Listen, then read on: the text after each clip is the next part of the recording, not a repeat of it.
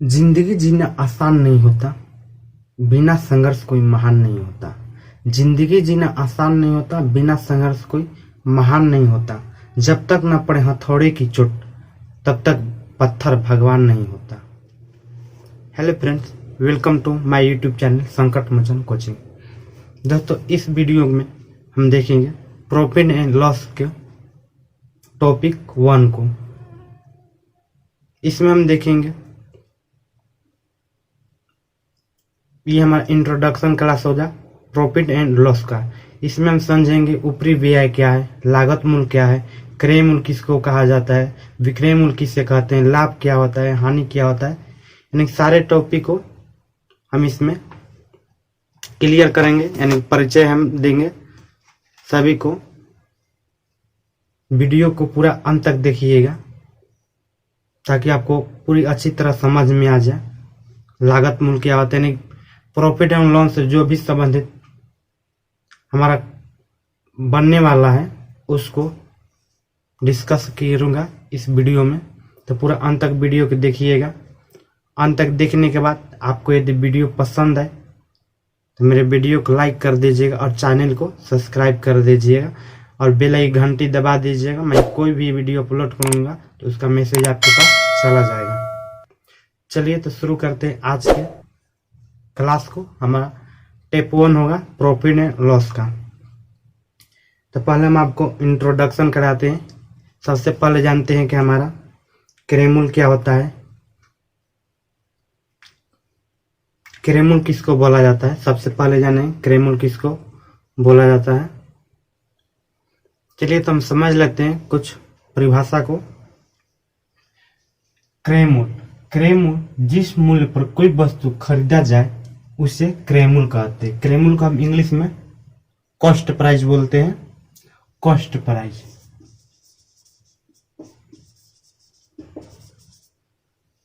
Cost price बोलते हैं English में इसको। विक्रय मूल्य, जिस मूल्य पर कोई वस्तु बेचा जाए उसे विक्रय मूल्य कहते हैं। जब किसी वस्तु को हम बेचते हैं जितने रुपये में तो उसे हम विक्रय मूल्य कहते हैं। मान लीजिए किसी वस्तु को 10 रुपया में बेचे तो उसे हम कहेंगे कि विक्रय मूल्य हमारा 10 रुपया है इस वस्तु का। अब देखिए लागत मूल्य, लागत मूल्य किसको बोला जाएगा। लागत मूल्य जिस खर्च पर कोई वस्तु निर्मित की जाए उसे लागत मूल्य कहते हैं। मैं ये पेन है तो पेन को बनाने में 2 रुपया 3 रुपया जो भी खर्च हो तो उसे हम लागत मूल्य कहेंगे। इस पेन का लागत मूल्य 3 रुपया है। यानी कि लागत मूल्य एक तरह हमारा क्रय मूल्य हो जाता है। ये जो लागत मूल्य है एक प्रकार से हमारा क्रय मूल्य हो जाता है। ठीक है। ऊपरी व्यय, किसी वस्तु के ऊपर जो रुपया खर्च हो। कोई वस्तु होता है एक स्थान से दूसरे स्थान तक लाने में जो रुपया खर्च होता है तो उसे हम ऊपरी व्यय कहते हैं। तो यहाँ किसी वस्तु को ऊपर जो रुपया खर्च होता है उसे ऊपरी व्यय कहते हैं। किसी वस्तु को खरीदे और उसे हम मरम्मत करवाएं तो मरम्मत करने जो रुपया खर्च होता है उसे भी हम ऊपरी व्यय कहते हैं। आप इस टॉपिक को समझ जाएंगे। विक्रय मूल्य क्या है, क्रय मूल्य क्या, लागत मूल्य क्या, ऊपरी व्यय किसको बोला जाता है। तो ऊपरी व्यय को क्रय मूल्य में जोड़कर हम कुल लागत मूल्य निकालते हैं। मान लीजिए 10 रुपया मैंने इस कलम को खरीदा, इसमें मैंने 5 रुपया का इंक भरा तो हमारा कुल, तो 5 रुपया हमारा ऊपरी व्यय हो गया। 2 रुपये में खरीदे हैं उसको तो कुल मिलाकर कुल लागत इसमें कितना हो गया, 10 5 15 रुपया हो गया। यानी कि एक तरह का हमारा ऊपरी व्यय, लागत मूल्य और क्रय मूल्य तीनों एक समान होता है। यानी कि ऊपरी व्यय को मिलाकर हम लास्ट में क्रय मूल्य अपना जोड़ लेते हैं कि इतना हमारा इसका लागत मूल्य हो गया।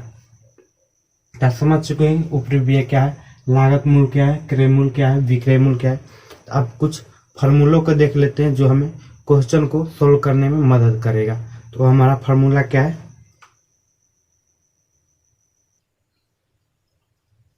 देखिए तो ये हमारा फार्मूला है।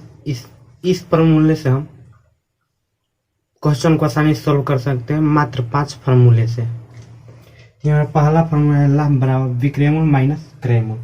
तो इस स्थिति में हमारा विक्रय मूल्य क्रय मूल्य से बड़ा होगा। ठीक है। तो इस स्थिति में विक्रय मूल्य हमारा क्रय मूल्य से बड़ा होगा। हानि होने पर क्रय मूल्य माइनस विक्रय मूल्य, हानि का फार्मूला क्रय मूल्य माइनस विक्रय मूल्य। तो इस स्थिति में हमारा क्रय मूल्य बड़ा हो जाएगा विक्रय मूल्य से। लाभ परसेंट बराबर लाभ गुने 100 अपॉन में क्रय मूल्य हानि परसेंट हानि गुने 100 अपॉन में क्रय मूल्य, यानी लाभ परसेंट हानि परसेंट हमारा हमेशा हमारा क्रय मूल्य अपॉन में रहेगा, यानी कि अपॉन में करने में भागा में रहेगा। और ये हमारा क्रय मूल्य, ये हमारा हानि परसेंट निकाल, ये हमारा क्रय मूल्य का फॉर्मूला है। तो क्रय मूल्य बराबर विक्रय मूल्य गुने 100 अपॉन में 100 प्लस माइनस लाभ या हानि परसेंट, यानी कहने का मतलब जब प्लस रहेगा तो हम लाभ का यूज करेंगे और जब माइनस रहेगा तो हानि का यूज करेंगे, यानी कि हानि का मतलब यानी कि माइनस, प्लस का मतलब लाभ। तो प्लस रहेगा तो हम लाभ कर लिखेंगे यहाँ पर, हानि रहेगा तो माइनस हानि परसेंट। तो उसी तरह ये विक्रय मूल्य का फॉर्मूला हमें याद नहीं करना है, इसी के माध्यम से विक्रय मूल्य निकाल सकते हैं। मात्र 5 फॉर्मूले से ही हमारा पूरा टॉपिक क्लियर हो जाएगा। तो विक्रय मूल्य का फॉर्मूला यहाँ से आएगा, तो इसके माध्यम से विक्रय मूल्य का फॉर्मूला हम निकालेंगे। देखिए कैसे, ये विक्रय मूल्य दिया है तो यहाँ से देखिए इधर हमारा ये जो इतना है 100 प्लस माइनस लाभ हानि परसेंट, ये हमारा भागा में, तो इधर चला जाएगा गुना में, तो गुना में चला जाएगा तो हम कर देते हैं क्रय मूल्य गुने 100 प्लस माइनस परसेंट लाभ हानि, लाभ या हानि अपने प्लस माइनस अपने स्थिति के अनुसार देंगे। ये हो गया। तो ये देखिए, तो विक्रय मूल्य हमें निकालना था, 100 इधर गुना में है, इधर आ जाएगा भागा में, 100 हमारा भागा में आ गया, निकल गया हमारा फॉर्मूला विक्रय मूल्य बराबर क्रय मूल्य इंटू 100 प्लस माइनस प्रतिशत लाभ प्रतिशत हानि अपॉन में 100। तो इसी माध्यम से हम लोगों ने विक्रय मूल्य का फॉर्मूला निकाल दिया। तो इस तरह हमारा 6 फॉर्मूला, क्योंकि ये 5 पर हम निकाले, 5वें से ही 6ठा नंबर हमारा फॉर्मूला निकल कर आया। तो इतना ही फॉर्मूले से हम प्रॉफिट एंड लॉस के सारे प्रश्न को हल कर सकते हैं, इसे समझ जाने के बाद। यदि हमारा इसमें लाभ निकालना हो, लाभ परसेंट दिया हो, लाभ दिया हो, हमें क्रय मूल्य निकालना हो, लाभ परसेंट भी दिया हो, तो क्या करेंगे, इससे लाभ रख देंगे, लाभ परसेंट यहाँ पर, तो क्रय मूल्य अपने आप निकल कर आ जाएगा। ठीक है, यानी कोई भी इसमें कोई लाभ परसेंट नहीं रहेगा, लाभ नहीं रहेगा, क्रय मूल्य नहीं रहेगा, तो तीनों में से कोई एक नहीं मालूम रहेगा, तो हम इसी फॉर्मूला पर रख देंगे, हमारा निकल कर आ जाएगा। ना कि हम क्रय मूल्य के लिए अलग फॉर्मूला लिखेंगे, लाभ के लिए अलग फॉर्मूला लिखेंगे, ऐसा नहीं करना हो, इसी पर हम रख देंगे, हमारा क्लियर हो जाएगा। इस तरह जिस तरह हम लोग यहाँ से विक्रय मूल्य मालूम रहेगा तब विक्रय मूल्य निकाल सकते हैं, क्रय मूल्य भी निकाल सकते हैं, लाभ भी निकाल सकते हैं, हानि भी निकाल सकते हैं, इसी फॉर्मूले से। तो परंतु विक्रय मूल्य का मैंने इसी से एक नया फॉर्मूला बना दिया है, यानी इस पर भी हम निकाल रख कर विक्रय मूल्य का निकाल सकते हैं, परंतु स्पेशल इसके लिए एक फॉर्मूला बन गया, यानी इसी से ये हमारा बनाते, ये सिर्फ रहेगा तो हमारा विक्रय मूल्य निकाल सकते हैं, नहीं रहेगा फॉर्मूला तो भी हम इसी के माध्यम से निकाल सकते हैं। तो इसलिए 5 फॉर्मूले से ही हमारा सारा टॉपिक क्लियर हो जाएगा। तो चलिए अब देखते हैं कुछ प्रश्नों को। इतना ही फॉर्मूला है, जिससे हम सारे क्वेश्चन को सोल्व करने वाले हैं। देखिए, तो इस पाठ से विभिन्न तरह के प्रश्नों को बनने वाले विभिन्न प्रकार के प्रश्नों को जो बनता है उसे हम टेपों में विभाजित कर दिया है। अब बारी बारी से हम टॉपिक को पढ़ेंगे। इस अध्याय पर जितना ही प्रश्न बनने वाला है हमारा कॉम्पिटिटिव एग्जाम के लिए, उस सारे प्रश्नों को मैंने टेपों में विभाजित कर दिया है। अब बारी बारी से हम टेप को क्लियर करेंगे। तो हम समझ लेते हैं टेप हमारा कौन कौन सा है। हमारा 13 को कुल टेप बनाया गया है, क्वेश्चन के प्रकार जो हमारे एग्जाम में पूछे जाते हैं। तो 13 टेपों में इस क्वेश्चन को हमने विभाजित किया है। तो पहला टेप में हम देखेंगे साधारण प्रश्नों को। दूसरे टेप में हमारा जब कोई वस्तु 2 या 3 बार बेची जाए, जब किसी वस्तु को एक बार बेचा जाए अब पुनः उसी को दूसरे व्यक्ति के पास बेचने, एक ही वस्तु को 2 बार बेचा जाए, तो उस तरह को प्रश्न को सोल्व करेंगे टेप नंबर 2 में।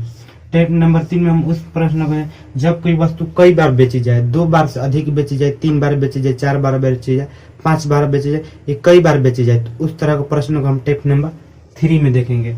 टेप नंबर हमारा 4 है, जब कोई वस्तु कम या अधिक में बेची जाए, जब किसी वस्तु को कम में और अधिक में बेची जाए तो उस तरह के प्रश्नों को हम टेप 4 में देखेंगे। टेप 5 नंबर हमारा दिया, जब 2 वस्तुएं समान मूल्य पर बेची जाए, जब 2 वस्तुओं को एक समान मूल्य पर बेची जाए तो उसे हम देखेंगे टॉपिक नंबर 5 में। समान मूल्य पर बेची जाए। 6 नंबर टॉपिक हमारा वस्तु के क्रय मूल्य वस्तु के विक्रय मूल्य के बराबर हो। जब किसी वस्तु का क्रय मूल्य वस्तु के विक्रय मूल्य के बराबर हो तो इस तरह के प्रश्नों को हम टॉपिक नंबर 6 में पढ़ेंगे। टॉपिक नंबर 7 में हम पढ़ेंगे ए में बी वस्तुएं खरीद कर पुनः बी में ए वस्तुओं बेचा जाए। ए में बी वस्तुएं खरीद कर बी में ए वस्तुएं बेचे जाए। तो इस तरह के प्रश्नों को हम टॉपिक 7 में क्लियर करेंगे। टॉपिक 8 में हम देखें इसी तरह के प्रश्न, परंतु उसमें हम भाव वाले देखेंगे, यानी कि ए में बी के भाव से खरीदा जाए, खरीद कर सी में डी के भाव से बेच दिया जाए। यानी कि इस तरह का प्रश्न होगा कि 2 रुपए में 11 के भाव से खरीदा गया और 3 रुपए में 12 के भाव से बेच दिया गया। इस तरह के प्रश्नों को हम टॉपिक नंबर 8 में पढ़ेंगे। 9 नंबर टॉपिक होगा प्रतिशत कमी होने पर वस्तु अधिक मिले। प्रतिशत कमी होने पर वस्तु अधिक मिले, यानी कि इस टॉपिक में हम पढ़ेंगे किसी वस्तु के मूल्य में 20% कमी हो जाने से 30 रुपए में 10 किलो चावल अधिक मिलता है तो हमारा पहले वाला मूल्य क्या था। इस तरह के प्रश्नों को हम टॉपिक नंबर 9 में पढ़ेंगे। 10 नंबर टॉपिक नंबर हमारा होगा प्रतिशत लाभ या हानि क्रय मूल्य के बराबर हो। प्रतिशत लाभ या हानि क्रय मूल्य के बराबर, यानी कि किसी वस्तु का क्रय मूल्य उतना है जितना कि उसका लाभ % है। तो इस तरह के प्रश्नों को हम देखेंगे टॉपिक नंबर 10 में, यानी कि जब लाभ प्रतिशत और लाभ हानि क्रय मूल्य के बराबर होगा, यानी कि लाभ भी हमारा 20 रुपया होगा और क्रय मूल्य भी हमारा लाभ % में हमारा 20% होगा और क्रय मूल्य भी हमारा 20 रुपया होगा। तो इस तरह के प्रश्नों को हम देखेंगे टॉपिक नंबर 10 में। टॉपिक नंबर 11 में हम देखेंगे क्रय मूल्य या विक्रय मूल्य दोनों घटाया या बढ़ाया जा सके।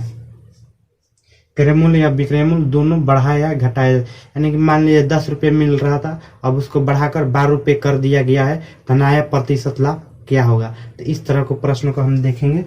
और हमारा 12 नंबर टॉपिक होगा अनुपात पर आधारित प्रश्न, जो हमारा प्रॉफिट एंड लॉस का संबंधित प्रश्न होता है, जो अनुपात पर दे देता है, तो उस तरह के प्रश्नों को हम सोल्व करेंगे टॉपिक नंबर 12 में।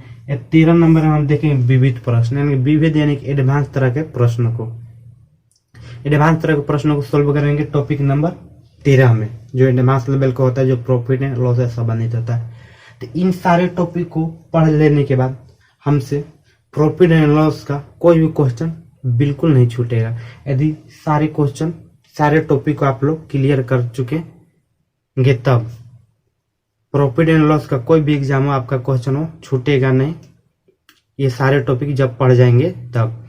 तो इसमें हम देखेंगे टॉपिक नंबर 1 को, यानी साधारण प्रश्नों को इस वीडियो में हम सोल्व करेंगे, साधारण प्रश्नों को।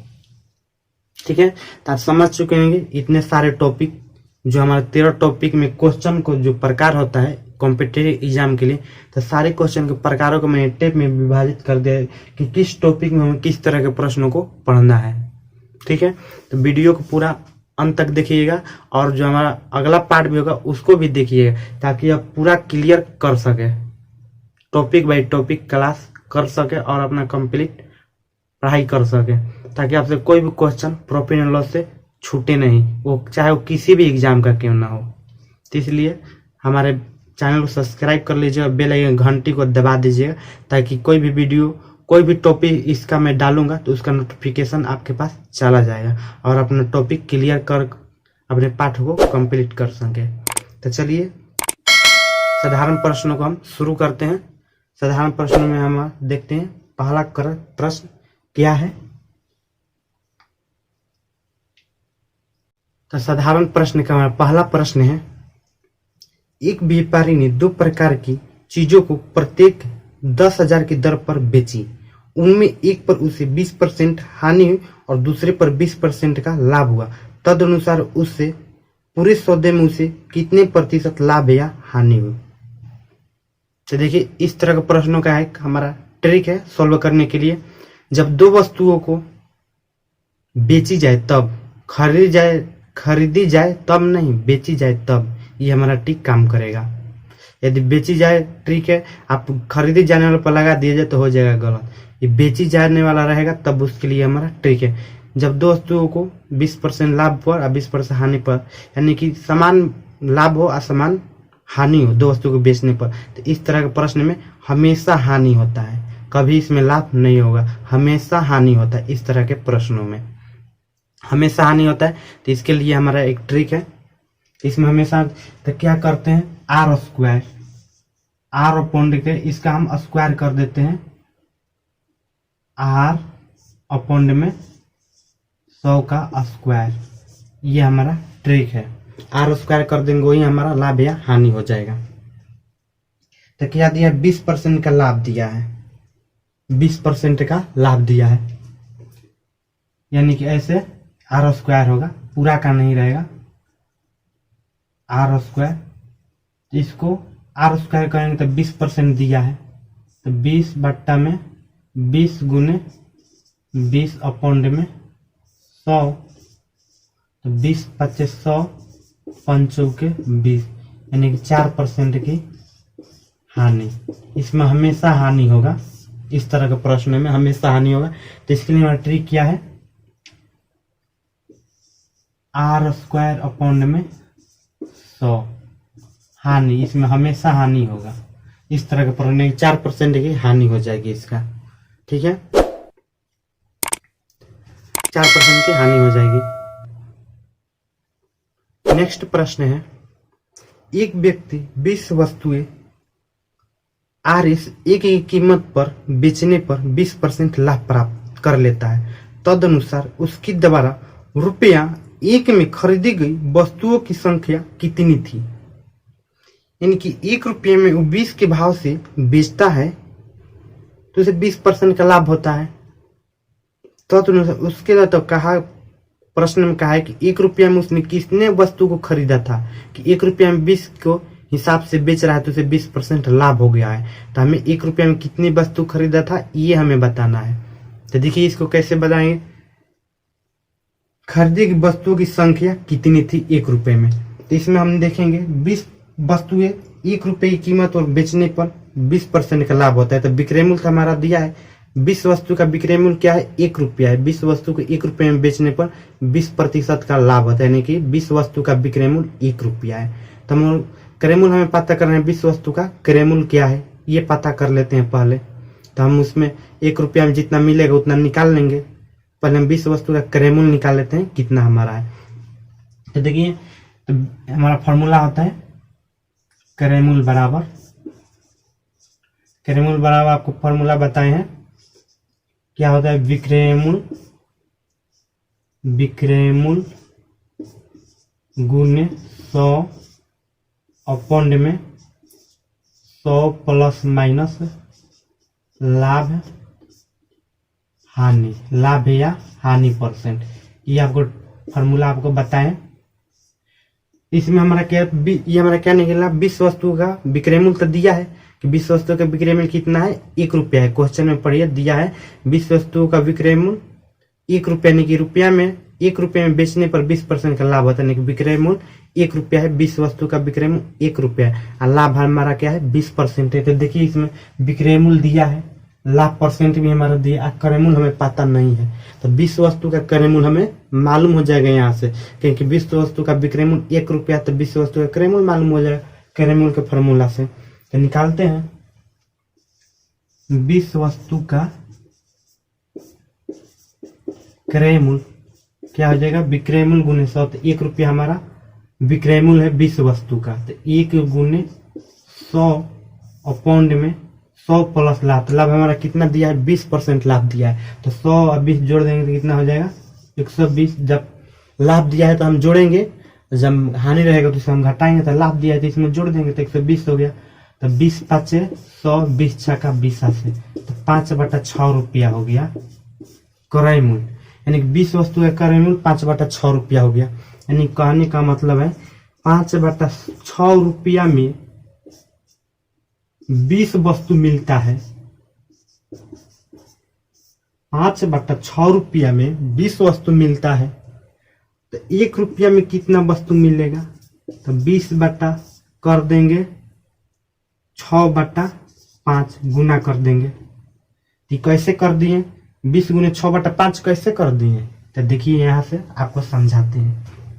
मान लीजिए मान लीजिए 5 रुपया में 10 कलम मिलता है आपको, 5 रुपया में 10 कलम मिलता है, 5 रुपया में 10 कलम मिलता है, तो 2 रुपया में कितना कलम मिलेगा? अब आप इजी बता सकते हैं। देखिए 5 रुपया में 10 कलम मिलता है, तो 2 रुपया में कितना कलम मिलेगा? तो आप इजी बता सकते हैं कि 2 रुपया में कितना मिलेगा? 4 गो कलम मिलेगा। 5 रुपया में 1 कलम, तो 1 रुपया में कितना कलम मिल जाएगा? 2 कलम, तो 2 रुपया में मिल जाएगा 4 कलम मिल जाएगा। तो कैसे? 1 रुपया में कई कलम मिलेगा? तो 10/5 कर देंगे, यानी कि 5 दूना 10, 2 कलम मिलेगा। 5 रुपया में 10 कलम, तो 1 रुपया में कितना कलम मिलेगा? 2 कलम मिलेगा। ठीक है, तो उसी तरह 2 रुपया में कितना कलम मिलेगा? तो 1 रुपया में 5 कलम मिल रहा है, तो 2 रुपया में 2 दूना 4 कलम मिलेगा। तो उसी तरह 5 रुपया में 10 कलम मिल रहा था, तो 1 रुपये में निकालने के लिए हम इस रुपया से वस्तु में भागा दिए ना, तभी ना हमारा निकल कर आया। ठीक उसी तरह 5/6 रुपया में 20 वस्तु मिल रहा है, तो उसी तरह 1 रुपया में लाने के लिए हम क्या करेंगे? 20 में 5/6 से भागा देंगे। उसी तरह तो 20 में 6/5 ले भागा देंगे, 5/6 ले भागा देंगे। ये हमारा 6/5 आया। कैसे आया? तो उसी तरह आपको बता दे रहे हैं। इसमें हमें 5/6 से भागा देना है। जिस तरह यहाँ पे किए 5 वस्तु का कलम, 5 रुपये में 10 कलम मिलता है, 1 रुपया में कितना कलम? 2 कलम मिलेगा। तो कैसे जाने? तो 10 में हम 5 रुपये ये जो है इससे भागा दें, 1 रुपये में निकालेंगे। तो उसी तरह यहाँ पर भी 5/6 रुपया में 20 वस्तु मिल रहा है, तो उसी तरह 1 रुपया में कितना वस्तु मिलेगा? तो वस्तु में हम रुपया से भागा दे देंगे, तो 1 रुपया में हमारा मिल जाएगा। तो 20 में हम 5/6 से भागा देंगे, यानी कि ये बड़ा चिन्ह है। तो बड़ा चिन्ह कहने का मतलब हमें 20 में बड़ा चिन्ह है, तो यानी कि 20 में हमें 5/6 से भागा देना है। और यदि हमारा ऐसे दे दे 20/5, यहाँ पर बड़ा चिन्ह दे दे, तो इसका मतलब क्या हो जाएगा? इसका मतलब हो जाएगा 20/5 में हमें 6 से भागा देना है। यहाँ पर बड़ा चिन्ह आ जाए तो, परंतु हमें क्या करना है? 1 रुपया में यानी 20 में हमें 5/6 से भागा देना है। 20 में 5/6 से भागा देना, यानी कि 20 में 5/6 से, यानी कि यहाँ पर चिन्ह बड़ा रखेंगे। तो बड़ा रखेंगे तो बड़ा का मतलब यानी कि 20 में 5/6 से भागा देना। तो इसी चीज को हम देखिए, इस चिन्ह के केवल माध्यम से, बड़ा छोटा चिन्ह के केवल माध्यम से हमारा आंसर बदल जाएगा। इसके माध्यम से हमारा आ जाएगा 4/6, यानी कि 2/3 हमारा आंसर आ जाएगा। इसके हिसाब से यदि चिन्ह हमारा यहाँ रहेगा तो इसके हिसाब से देखिए क्या आंसर आएगा। जिसको करेंगे चिन्ह तो हमारा 20 भागा में है, तो इसको गुना में कर देंगे तो 6 ऊपर चला जाएगा, 5 नीचे आ जाएगा। 5 चौके 20 और 6 चौके 24, यानी कि 1 रुपया में 24 वस्तु मिलेगा। ये हमारा आंसर हो जाए। 1 रुपया में 24 वस्तु मिलेगा, ये हमारा आंसर हो गया। समझ चुके हैं कैसे इसको किए हैं प्रश्नों को हल। क्रयमूल्य और विक्रयमूल्य गुने 100 प्लस प्रतिशत लाभ या हानि। तो विक्रयमूल्य, हाँ 20 वस्तु का विक्रयमूल्य तो क्वेश्चन में हमारा दिया था कि विक्रयमूल्य 1 रुपया है। 20 वस्तु का विक्रयमूल्य 1 रुपया है। 1 रुपये में बेचने पर 20% का लाभ होता है, क्वेश्चन में दिया। एक हमारा अंक में नहीं दिया है, हिंदी में 1 लिख दिया है ताकि स्टूडेंट को समझ में ना आए। तो आप जैसे भी क्वेश्चन आपको क्वेश्चन में ही आंसर आता है, क्वेश्चन को ध्यान से पढ़िए।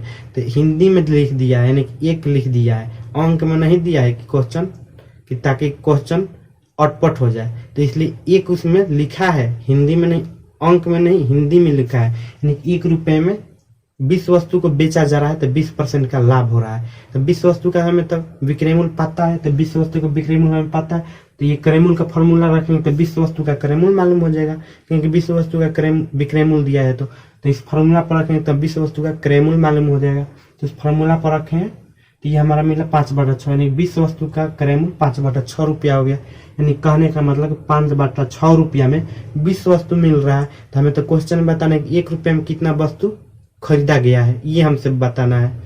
5/6 रुपया में 20 वस्तु खरीदा गया है, 1 रुपया में कितना वस्तु खरीदा गया है, तो 20 में हम 5/6 से भागा दे देंगे। तो भागा देने पर ये पूरा सोल्यूशन की, ये हमारे जिस तरह 5 रुपये में 10 कलम मिलता है, तो 1 रुपये में जानने के लिए हम वस्तु में हम रुपया से भागा देते हैं, तो हमारा निकल जाता है। ऐसे भी आप बता सकते हैं कि जब 5 रुपया में 10 कलम मिल रहा है तो 1 रुपया में 2 कलम मिलेगा। ऐसे हिसाब से मैथमेटिकल तरीका से बताएंगे तो हमें ऐसे करना होगा।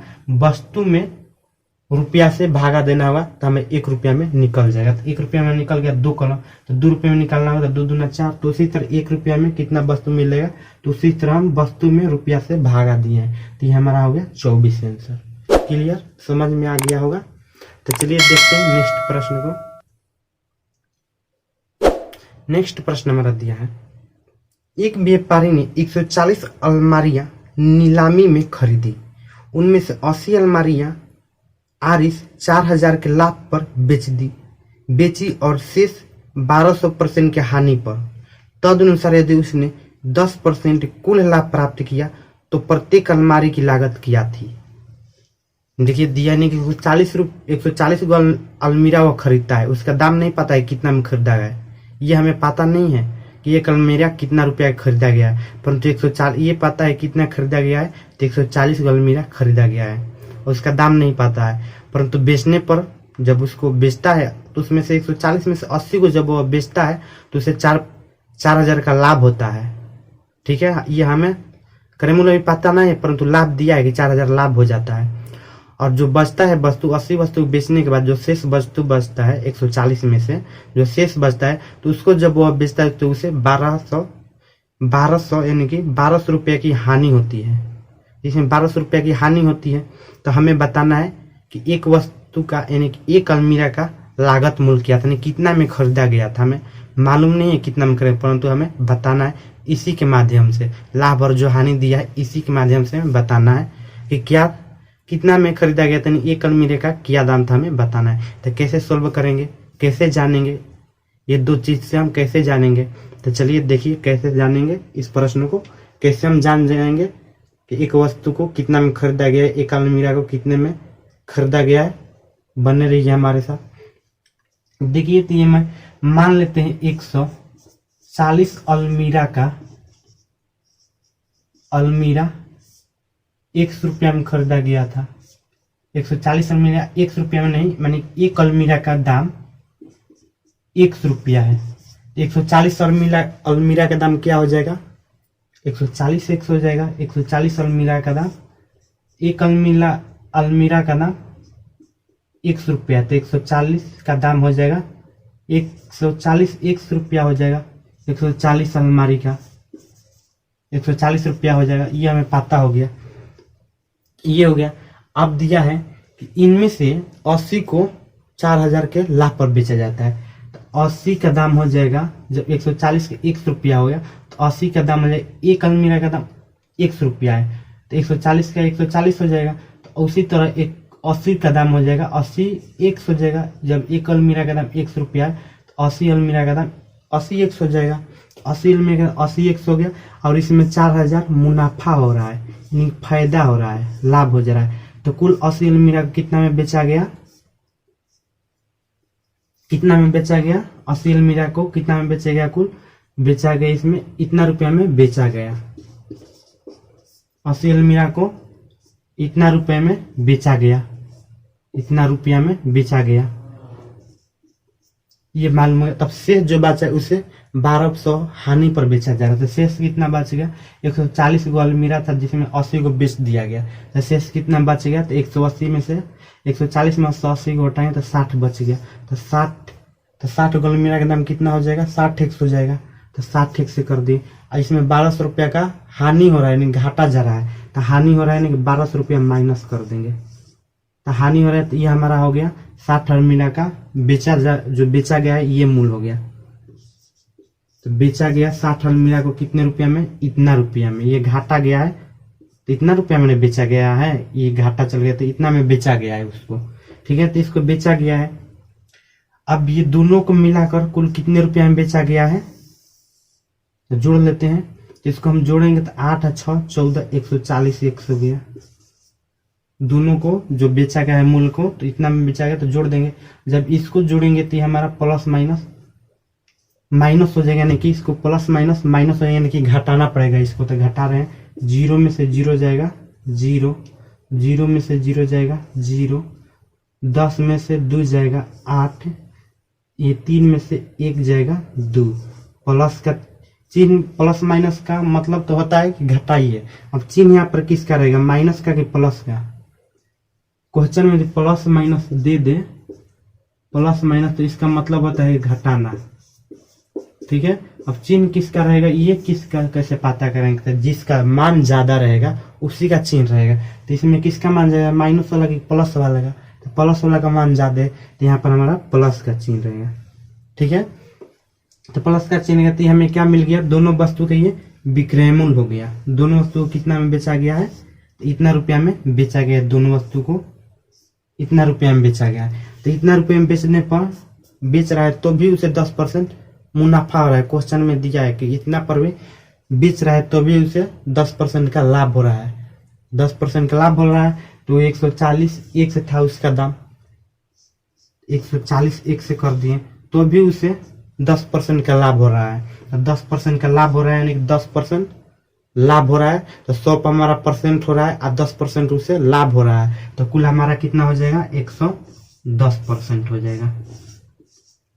ठीक है, क्योंकि 100 पर परसेंट हो गया और 10% लाभ हो रहा है यानी कि अधिक हो रहा है। लाभ का मतलब अधिक हो रहा है, तो ये हमारा लाभ हो गया। तो लाभ हो गया तो इसमें जोड़ देंगे, 110 हो गया, यानी कि 140 एक से का 110 रुपया ये जो बेचा गया है ये बराबर है उसके। तो ये कर दिए, बराबर होगा तो इसे सोल्व करेंगे तो 1 0 से 1 0 कट गया, 1 0 से 1 0 कट गया, तो हमारा मिल गया इधर 14x नहीं 11 में 14 से गुना करेंगे तो हमारे पास हो जाएगा, गुना करने पर 4 एकम 4, 4 1 5 1 1 1, तो 154x हो गया गुना करने पर। तो 154x बराबर इतना हो गया, तो हमारे पास 2800 हो जाएगा इधर। 140 इधर प्लस में तो उधर चल जाएगा माइनस में, तो माइनस में चल जाएगा, इधर प्लस में तो उधर माइनस में चल जाएगा, यानी कि 154 में से 140 को घटाएंगे, माइनस में चला जाएगा 154 माइनस 140, तो माइनस में चलते घटाएंगे, 4 में से 0 जाएगा 4, 5 में से 4 जाएगा 1, 1 में से यानी 14x आ गया, तो 14x आ गई, तो इसे करेंगे 14 दूना 28, यानी कि 200 हमारा कीमत आ गया। एक अलमीरा का कीमत क्या हो गया, 100 रुपया था, एक अलमीरा का दाम हमें मालूम है कितना, एक से कितना है 200, यानी कि 200 रुपया एक अलमीरा का दाम है। तो ये हमसे पूछा था कि अलमीरा की कीमत क्या है, तो ये 200 हमारा आंसर हो जाएगा। ठीक है, तो चलिए हम नेक्स्ट प्रश्न में देखते हैं। देखिए कैसे करना है, इस प्रश्न को समझ चुके होंगे। चलिए, तो नेक्स्ट प्रश्न हमारा दिया है, एक दुकानदार 10 रुपया प्रति 7 पेन की दर से पेन खरीदा, यानी कि 10 रुपये में 7 पेन खरीद लाया और उसने उन्हें 40% लाभ पर बेच दिया। तदनुसार खरीदार को 10 में कितने पेन मिले, यानी कि बताना है कि 10 रुपया प्रति 7 पेन की दर से खरीदा था, यानी 10 रुपये में 7 कलम खरीदा था, और उसने जब उसको बेचा, जब उस लाया और उन्हें बेचा तो 40% का लाभ हो गया। तो लाभ हो गया 40%, तो उसने 10 में कितने पेन मिले, तो उसे 10 रुपये में कितने पेन मिले थे ये हमें बताना है। दिया है प्रश्न हमारा, एक दुकानदार रुपया 10 प्रति 7 पेन की दर से पेन खरीद कर लाया, यानी 10 रुपये में 10 रुपये में 7 पेन खरीद कर लाया और उसने उन्हें 40% लाभ पर बेच दिया, 40% लाभ पर बेच दिया। तब किसी खरीदार को 10 में कितने पेन मिले, यानी किसी खरीदार को, यानी कि जो बेच रहा है और जो उसे खरीद रहा है, तो खरीदारे न हुआ, जो बेच रहा है यानी कि बेच दिया है किसी के पास, तो जो उसे खरीद रहा है तो खरीदारे न हुआ, तो उसी को बोला खरीदार को 10 रुपये में कितना पेन मिला होगा। इसको बेच रहा है, 40% लाभ हो जा रहा है, तो खरीदार ने 10 रुपया में कितना पेन खरीदा होगा ये हमें बताना है। ये क्वेश्चन थोड़ा अटपटा कर दिया है खरीदार लिखकर, क्योंकि खरीदार वो है जो व्यक्ति को, जिस व्यक्ति को इसने बेचा है, वह व्यक्ति जो है वह खरीदार है, यानी कि विक्रय मूल्य है एक प्रकार का हमारा, जो इसमें खरीदार दिया है। तो यह खरीदार जो है हमारा एक प्रकार का विक्रय मूल्य का काम कर रहा है, यानी कि वो खरीद रहा है, यानी कि विक्रय मूल्य वो है।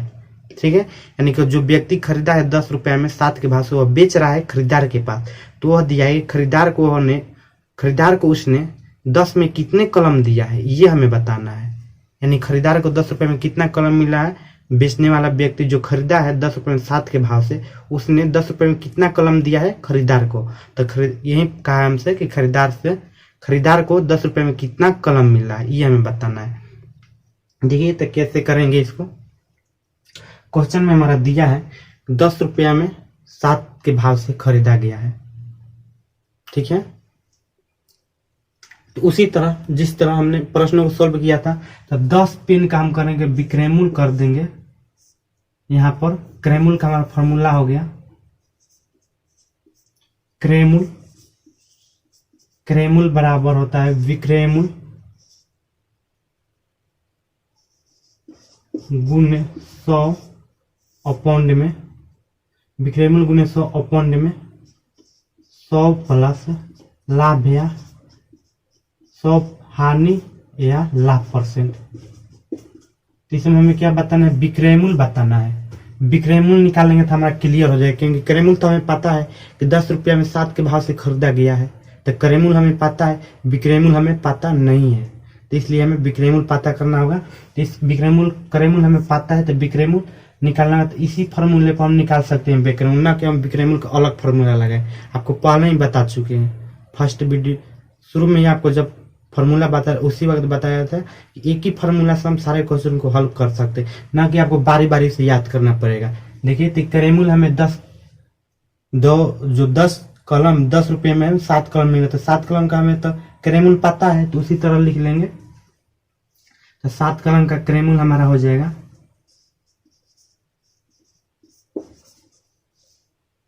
क्रयमूल्य हमें पता है 7 कलम का क्रयमूल्य कितना है 10 रुपया है क्रयमूल्य, परंतु विक्रयमूल्य हमें पता नहीं है, तो इसमें हम रख देंगे ये क्रयमूल्य हमें 7 कलम का पता है, तो क्रयमूल्य रख दिए 10 रुपया, ठीक है, बराबर विक्रयमूल्य हमें पता नहीं है, विक्रयमूल्य हमें पता नहीं है, यानी सेल प्राइस हमें पता नहीं है, गुने 100 अपॉन में 100 प्लस लाभ %। तो लाभ % हमारा दिया है क्वेश्चन में, कितने % का लाभ हो रहा है, 40% का लाभ हो रहा है। तो लाभ 40% का होने की इसमें हम 40 प्लस कर देंगे, तो ये हमारा हो जाएगा 140। तो 140 हो गया, तो 1 0 से 1 0 हमारा कट गया, 1 0 से 1 0 कट गया, तो हमारा इधर 1 बचा है, तो क्रॉस मल्टीपल करेंगे, तो ये हमारा विक्रयमूल्य बराबर हो गया कितना 14 रुपया हो गया। यानी कैसे बाटा में अपॉन में 1 करके ऐसे क्रॉस मल्टीपल कर देंगे, तो क्रॉस मल्टीपल 14 में 1 से गुना हो जाएगा, यानी 14 रुपया हो गया विक्रयमूल्य बराबर। तो विक्रयमूल्य कितना कलम की हमारा विक्रयमूल्य बना, ये क्रयमूल्य कितना कलम का था, तो 7 कलम का ये क्रयमूल्य 10 रुपया था, तो 7 कलम का विक्रयमूल्य कितना हो गया 14 रुपया हो गया। तो 14 रुपये में 7 कलम बेचा गया है, 14 रुपये में 7 कलम बेचा गया, तो क्वेश्चन में कहा है कि 10 रुपये में कितना कलम आएगा बेचा जाएगा, यानी खरीदार को मिलेगा, तो खरीदार को 14 रुपया में 7 कलम मिलेगा, तो 10 रुपये में कितना कलम मिलेगा ये हम बताना है। तो 1 रुपया में कितना कलम मिलेगा खरीदार को 7/14 कलम मिलेगा, यानी कि खरीदार को मिलेगा 7/14 कलम, तो 10 रुपया में मिलेगा उसको 1 रुपया में 7/14, तो 10 रुपया में 7/14 गुने 10 कर देंगे, तो हमें मालूम हो जाएगा। तो 2 7 14 और 2 5 10, ये 7 हमारा कट गया, यानी 5 कलम उसको मिलेगा खरीदार को 10 रुपया में। ये हो गया हमारा आंसर। तो देख लीजिए कैसे करना है, ये नहीं देख लेंगे 7 कलम का हम देंगे, ये तो हमें 7 कलम का मालूम है क्रयमूल्य, तो क्रयमूल्य पर रख देंगे। ये हमारा क्रयमूल्य फार्मूला, विक्रयमूल्य का फार्मूला बार बार नहीं लगाएं, क्योंकि इसी के फार्मूले पर हम विक्रयमूल्य निकाल सकते हैं, जिस तरह आपको निकाल के दिखाएं। तो विक्रयमूल्य हमारे कितना का मिला था 7 कलम का मिला था विक्रयमूल्य 7 कलम, विक्रयमूल्य करने के बाद खरीदार को मिला है, विक्रयमूल्य करने का मतलब खरीदार को मिला है, तो खरीदार को 7 कलम के लिए 14 रुपया देना पड़ता था, परंतु उसने 10 रुपया दिया, तो 10 रुपया में खरीदार को कितना कलम मिल रहा होगा, तो निकाल लेते हैं। 14 रुपये में 7 कलम खरीदार को मिल रहा है, यानी 7 कलम का दाम 14 रुपया है, तो 1 रुपये में कितना कलम मिलेगा 7/14। तो 10 रुपया में कितना मिलेगा तो 7/14। 1 रुपये में 7/14 मिला तो 10 रुपया में 7/14 और में 10 से गुना कर देंगे। हाँ क्लियर हो जाएगा। तो 5 कलम मिला है खरीदार को, यानी कि बेचा गया है 5 कलम। 10 रुपये में 5 कलम बेचा गया है। ठीक है, तो यही होगा हमारा आंसर 5 कलम। समझ चुके हैं कैसे प्रश्नों को सोल्व करना है इजी तरीके से। चलिए तो देखते हैं नेक्स्ट प्रश्न को। नेक्स्ट प्रश्न हमारा है, एक वस्तु 31 रुपये में बेचने पर सोनू 24% का लाभ कमाता है, तो इस वस्तु की लागत कीमत क्या है? यानी कि 31 रुपये में बेचता है सोनू किसी वस्तु को, 24% लाभ कमाता है, तो इस वस्तु की लागत कीमत क्या है? तो लाभ कमाता है 24%, तो 100 पर हमारा परसेंट होता है। 24% लाभ कमा रहा है तो 100 में 24 जोड़ें तो हो जाएगा 124। यानी कि 31 रुपये में क्वेश्चन को आपको बिना फॉर्मूला पर करके बताते हैं, तब आपको इसको फॉर्मूला पर बताएंगे। तो बिना फॉर्मूला के इसको करेंगे तो हमारा 100 पर परसेंट होता है और 24% लाभ हुआ है, तब ना उसे 31 रुपये में बेच रहा है। 24% लाभ हुआ है, यानी कि 124% बराबर 24% लाभ हुआ है, यानी कि 24 जोड़ देंगे तो कब भी 124 हो रहा है इसका, जब 31 रुपये में उसे बेचता है तब। यानी कि 124% बराबर 31 हो गया। तो हमारा 1% बराबर हो जाएगा कितना? 1% बराबर हो जाएगा हमारा, इसको करेंगे 1% निकल जाएगा, इसको करेंगे डिवाइड तो 4 चलिए यहीं पर कर दें 3100। तो हमें 100 पर हमारा परसेंट होता है, इसको डिवाइड नहीं करेंगे, ऐसे ही रहने देंगे। 124 का 24 है तो 100% पर हम परसेंट हमारा 100 पर होता है, तो 100% पर हमारा आ जाएगा 3100 और पौंड में 1 बराबर कितना हो जाएगा? 3100 बटा में 124 हो जाएगा 1 बराबर। तो हमारा 100% बराबर हो जाएगा 3100 बटा में 124 गुने 100। इसे डिवाइड करेंगे 4 से तो 25 चौके 100, ऐसे 4 से डिवाइड 4 3 12 और 4 1 में ये हो गया हमारा 31 में 31, ये हमारा कट गया एक बार में। 2 जीरो है तो 2 जीरो बैठा दें तो हमारा कितना हो गया? 2400 हमारा आ गया आंसर। यानी कि क्रयमूल्य कितना हो गया? 2400 हो गया। तो ये बिना फॉर्मूला के था। अब देखिए इसे फॉर्मूला पर कैसे सोल्व करेंगे। तो फॉर्मूला पर कैसे करेंगे, तो हम क्रयमूल्य का फॉर्मूला जानते हैं, केवल एक फॉर्मूले से हम निकाल देंगे। क्रयमूल्य का फॉर्मूला क्या था? विक्रयमूल्य गुणे 100 और पौंड में 100 प्लस माइनस लाभ हानि परसेंट, यही ना फॉर्मूला था। तो ये फॉर्मूला है हमारा। तो क्रयमूल्य हमें निकालना है, तो विक्रयमूल्य हमें पता है कितना दिया है।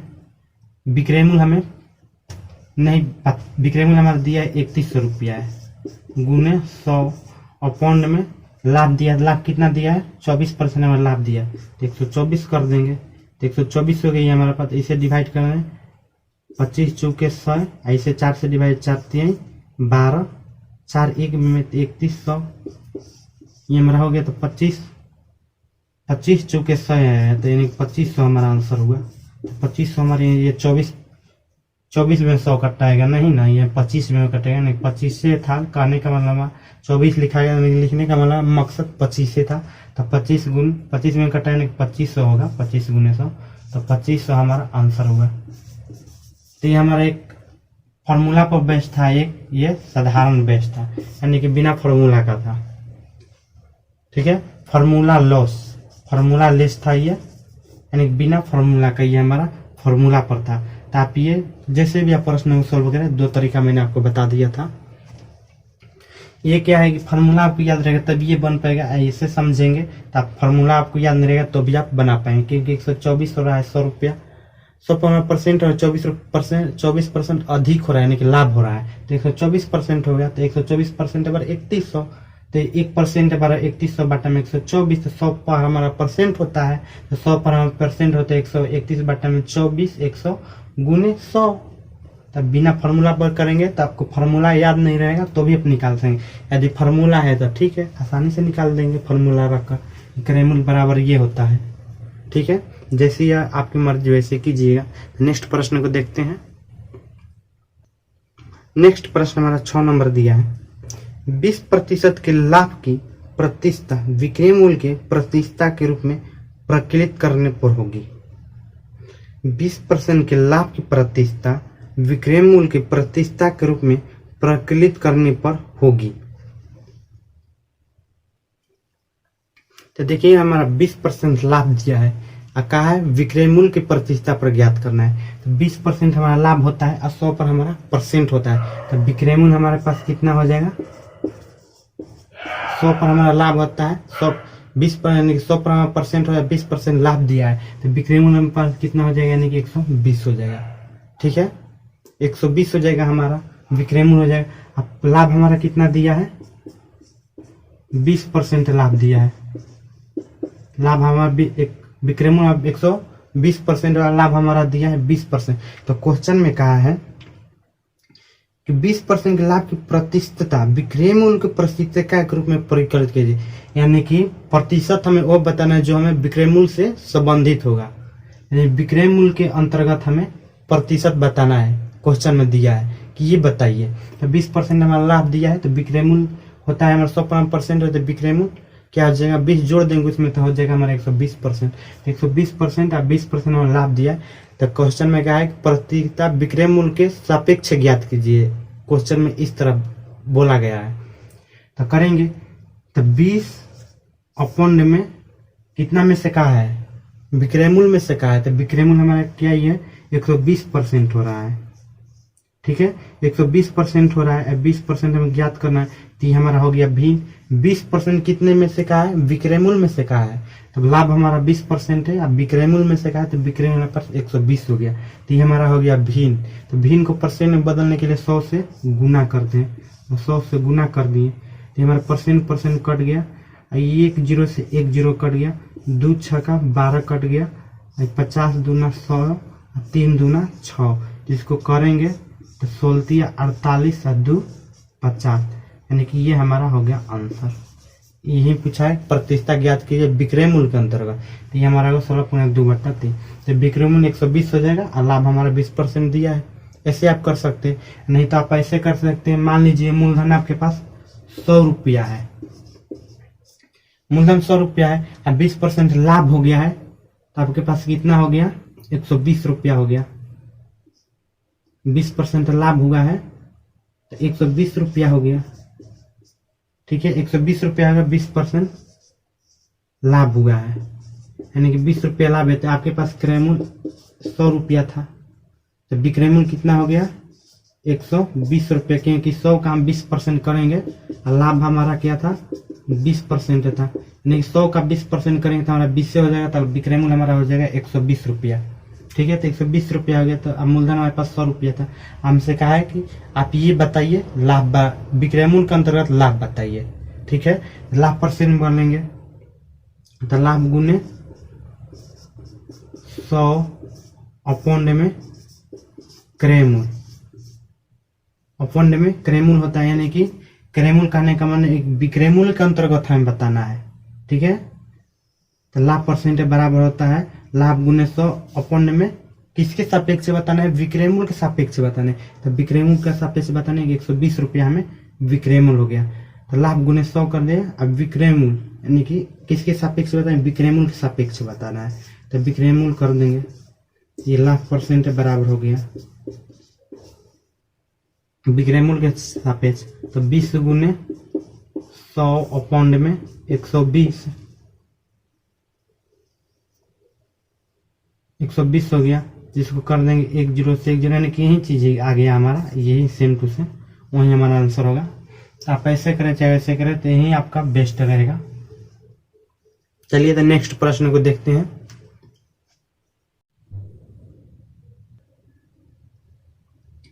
नेक्स्ट प्रश्न हमारा दिया है, एक व्यक्ति ने 50 पिन 50 रुपए प्रति की दर से खरीदे। एक व्यक्ति 50 पिन 50 रुपए प्रति पिन की दर से खरीदे, अनंतर उसने 40 पिन 5% हानि पर बेच दिए। अब वह अगर 10% कुल लाभ का आकांक्षी हो तो उसे शेष पिन कितने प्रतिशत लाभ पर बेचने होंगे। देखिए, यानी क्वेश्चन में दिया है कि 50 पेन खरीदा गया है और प्रत्येक पेन का कीमत 50 रुपया दिया है। 50 रुपये प्रति पेन की दर से, यानी कि 50 रुपया एक पेन का दाम है, ये हमसे कहा है 50 रुपया एक पेन का दाम है।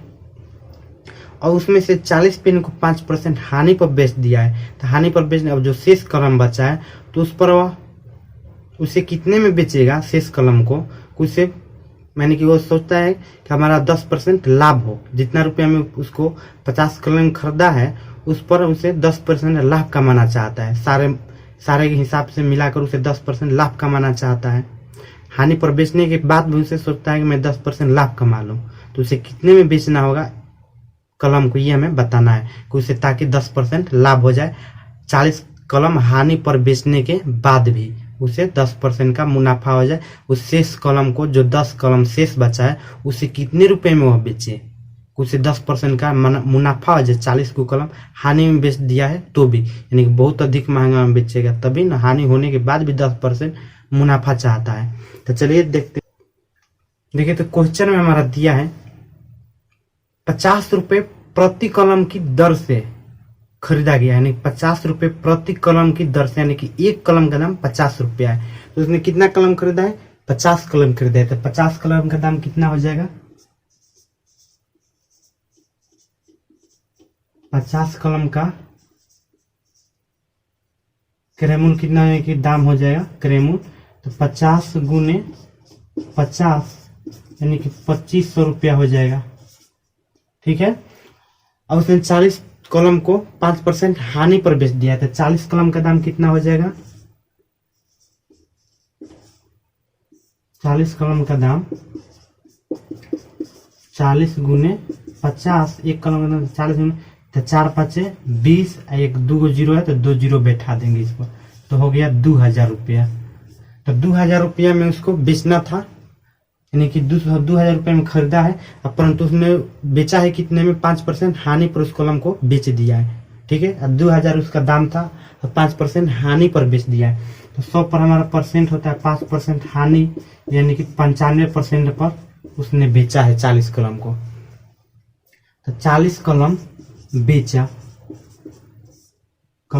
कितने रुपया में निकालते हैं, 40 कलम कितने रुपया में बेचा ये हमें निकालते हैं। तो 2000 रुपया को बेचना था उसे, परंतु उसने 5% हानि हो गया है, हानि पर बेचा है। तो यानी 2000 रुपया का हम 5 निकालेंगे, 95%, 5% हानि हो गया है तो 95% निकालेंगे तो कितना हमारा होगा, 2 जीरो से 2 जीरो कट गया हमारा, तो इसको हम करेंगे तो होगी 1 जीरो है तो 1 जीरो हम पहले बैठा देंगे, अब 2 से गुना करेंगे तो 5 दूना 10 का जीरो, कैरी में 9 दूना 18, एक कैरी वाला 19, यानी 1900 रुपया में उसने 40 कलम को बेचा है। ठीक है।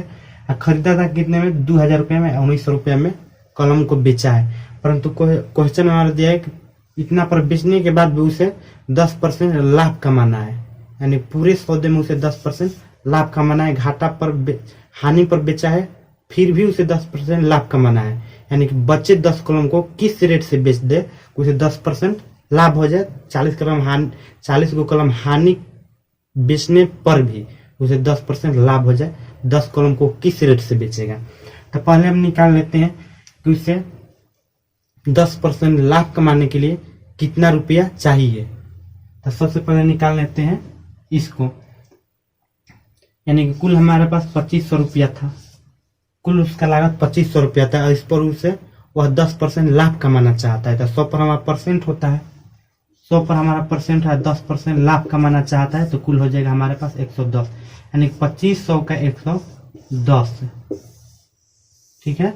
2500 का 110 कर दें, 110 वो 10% लाभ कमाना चाहता है तो कुल उसके पास कितना रुपए होना चाहिए ताकि उसे 10% लाभ हो जाए। तो 2 जीरो से 2 जीरो कट गया, तो 25 में 11 से गुना करेंगे तो 5 से कम 5, 5 से 2 7, 2 का 2, यानी 25 से 11 में हमारा गुना हो गया शॉर्ट मेथड से, यानी 2750 रुपये उसे प्राप्त करना होगा 10% लाभ कमाने के लिए। ठीक है।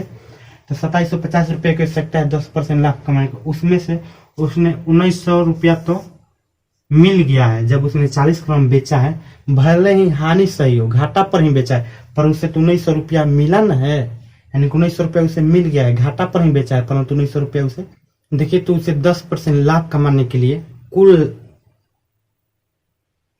कुल लागत पर उसे 10% लाभ कमाने के लिए 2750 रुपया मुझसे चाहिए 10% लाभ कमाने के लिए। तो 2750 रुपया चाहिए, तो 40 कलम बेच रहा है तो 1900 रुपया तो उसे मिल जा रहा है। 40 कलम बेचने पर 1900 रुपया उसे मिल जा रहा है। तो अब उसे कितने पैसे की आवश्यकता है, तो इसमें 1900 इसमें से घटा लेंगे तो कितने पैसे की आवश्यकता है उसे, तो 0 में से 0 गया 0, 5 में से 0 गया 5, ये हमारा 7 बचा, तो 7 में से 9 हाथ में तो हो जाएगा 17, तो 17 में से 9 गया, 17 में से 9 जाएगा तो ये हमारा 8 हो गया, यानी कि 850 रुपया की उसे और आवश्यकता है। यानी कि 10 कलम जो है 10 कलम को 850 रुपया में बेचेगा तब उसे 10% कुल लागत में मुनाफा हो जाने की, कुल हिस्सा कुल सौदे में 10% का लाभ हो जाएगा उसे। तो पर हम देख लेते हैं 10 कलम को दाम क्या हो रहा है। तो 10 कलम का दाम हो रहा है 10 गुने 50, एक कलम का दाम 50, 10 कलम का दाम 500 हुआ। तो 500 रुपया 10 कलम का दाम हो गया, परंतु उसे 850 रुपये की आवश्यकता है। ठीक है, 850 रुपये की आवश्यकता है, तो कितना और रुपये की आवश्यकता है उसे, 500 रुपया तो उसका लागत मूल है।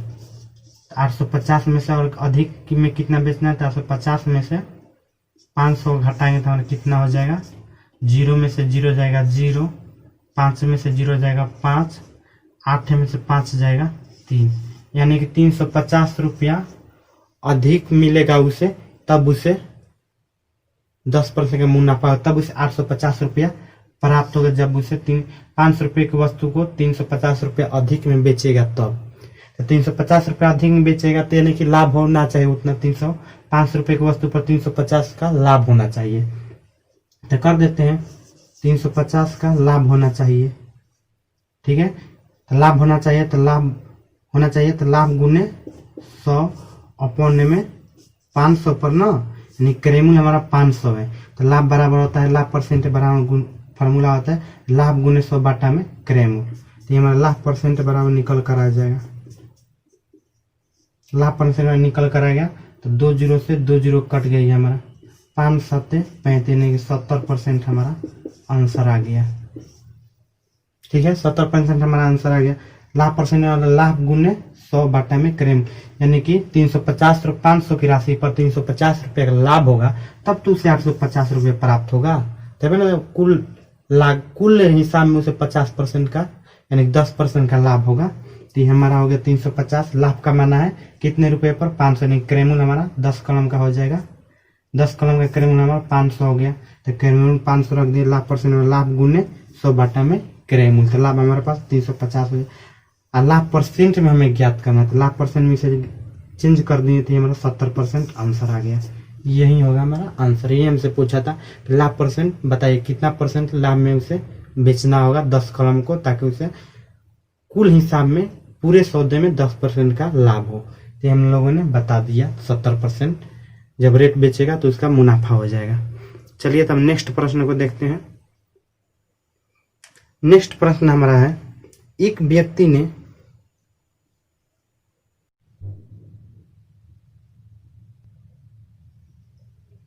नेक्स्ट प्रश्न हमारा, एक व्यक्ति ने 78 रुपये में बेचने से एक व्यक्ति किसी वस्तु को 78 रुपये में बेचने से 4% का लाभ होता है। यदि उसी वस्तु को 60 रुपये में बेचा जाए तो हानि की प्रतिशतता होगी। तो देखिए क्वेश्चन में दिया है कि 4% लाभ पर बेचा जा रहा है, 4% लाभ कमाता है कब, जब उस 78 रुपये में उस वस्तु को बेचता है तब, यानी कि 4 कमाता है 4% लाभ, यानी कि 100% 4% लाभ कमाया, यानी कि 104% हो गया। तो 104% कब होता है, जब वो उस वस्तु को 78 रुपये में बेचता है तब उसे 104% हो रहा है। तो 1% बराबर हमारा हो जाएगा 78 अपॉन में 104, 1% और 100 पर हमारा परसेंट होता है, तो 100% बराबर कितना हो जाएगा 78 अपॉन में 104 गुने 100% मालूम हो जाएगा हमें। तो इसे करेंगे तो 26 चौके 74 से 25 चौके 100, 26 दूनी 26 दिया 78, तो 25 दिया 75, यानी कि 75 रुपये उस वस्तु का क्रेमूल है। ठीक है, 100% यानी कि 100% क्रेमूल बराबर हो गया, यानी कि 75 रुपये हमारा वस्तु का क्रय मूल्य है। तो जब उस 75 रुपये उस वस्तु का क्रय मूल्य है तो क्वेश्चन में दिया है जब इसे 60 रुपये में बेचेंगे तो कितना परसेंट की हानि होगी।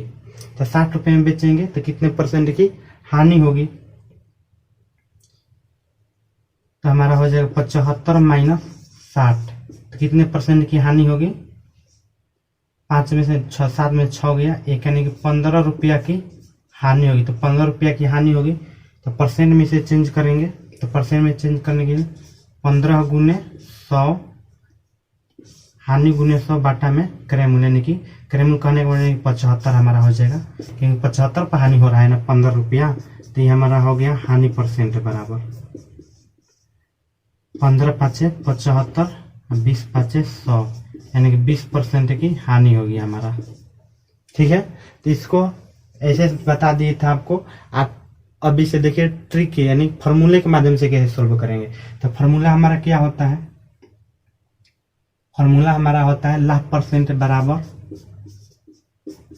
लाभ परसेंट बराबर क्या होता है, लाभ परसेंट बराबर लाभ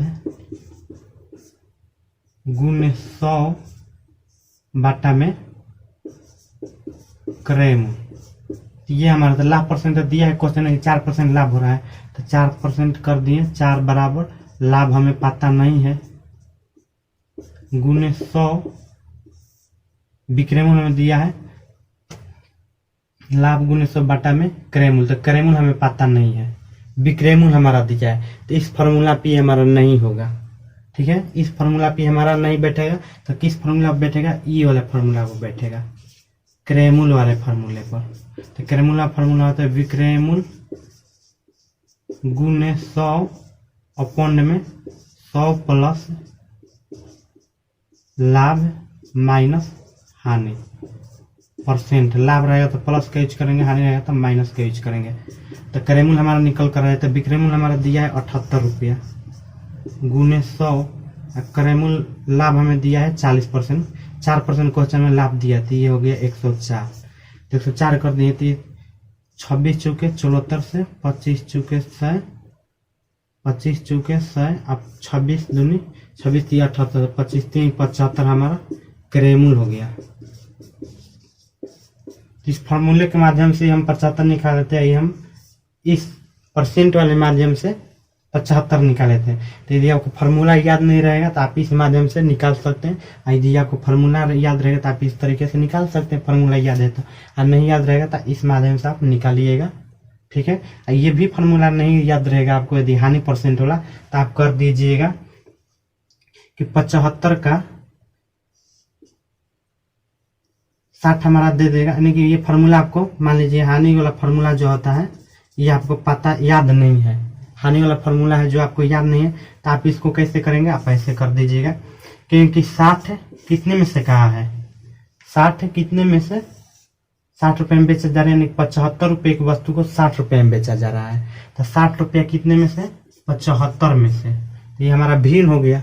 अब परसेंट में हमसे पूछा है, तो भिन्न को परसेंट में चेंज करने के लिए 100 से गुना करते हैं। तो 25 3 75, 25 चौके 100, इसको करेंगे 3 से तो 20 तिहाई कितना हो जाएगा, 20 तिहाई 60, यानी कि 20 तिया 60 हो जाएगा, 20 हो तो 20 चौके 80 हो गया।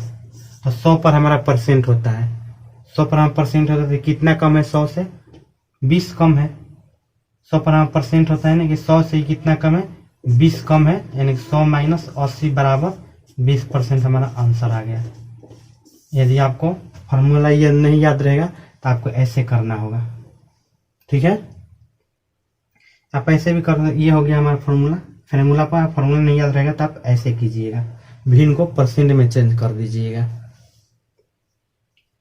यहाँ पर भी कर सकते हैं 15 रुपये का, यहाँ पर भी कर सकते हैं 15 रुपया उसे हानि हो रहा है, कितने रुपया में से, 75 रुपया में से 15% का हानि हो रहा है। तो हमारा एक तरफ भिन्न हो गया। यदि परसेंट फॉर्मूला हानि वाला आपको नहीं याद रहेगा तो ऐसे भी कर सकते हैं। 15 रुपया हानि हो गया कितने में से, 75 रुपया में से। तो हमारा भिन्न हो गया, भिन्न को परसेंट में बदलने के 100 से गुना कर देंगे तो 25 3 75, 25 चौके 100 और 3 5 15, तो 5 चौके 20% हमारा आंसर हो जाएगा। ये क्या है, 15 यहीं पर हम घटा दिए और इसमें क्या है कि यहाँ पर घटाए हैं 100 पर। इस फार्मूला के माध्यम से करें तो करीबन हमारा 75 हो गया, और हानि परसेंट तो 75 इसे 60 रुपये का है, 75 रुपये को 60 रुपये में बेचा जाएगा तो क्या होगा, तो 60 रुपये में बेचा जाएगा तो हानि होगा हमारा कितना, तो 75 माइनस 60 यानी कि कितना परसेंट की हानि होगा,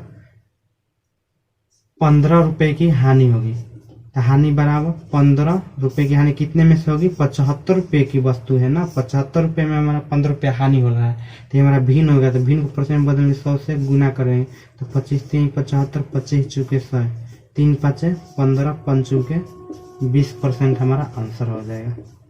यानी कि 20% हानि होगी जब उसे 60 रुपये में बेचा जाएगा। ये हमसे पूछा था कि 60 रुपये में बेचा जाएगा तो क्या होगा, तो 20% की हानि होगी।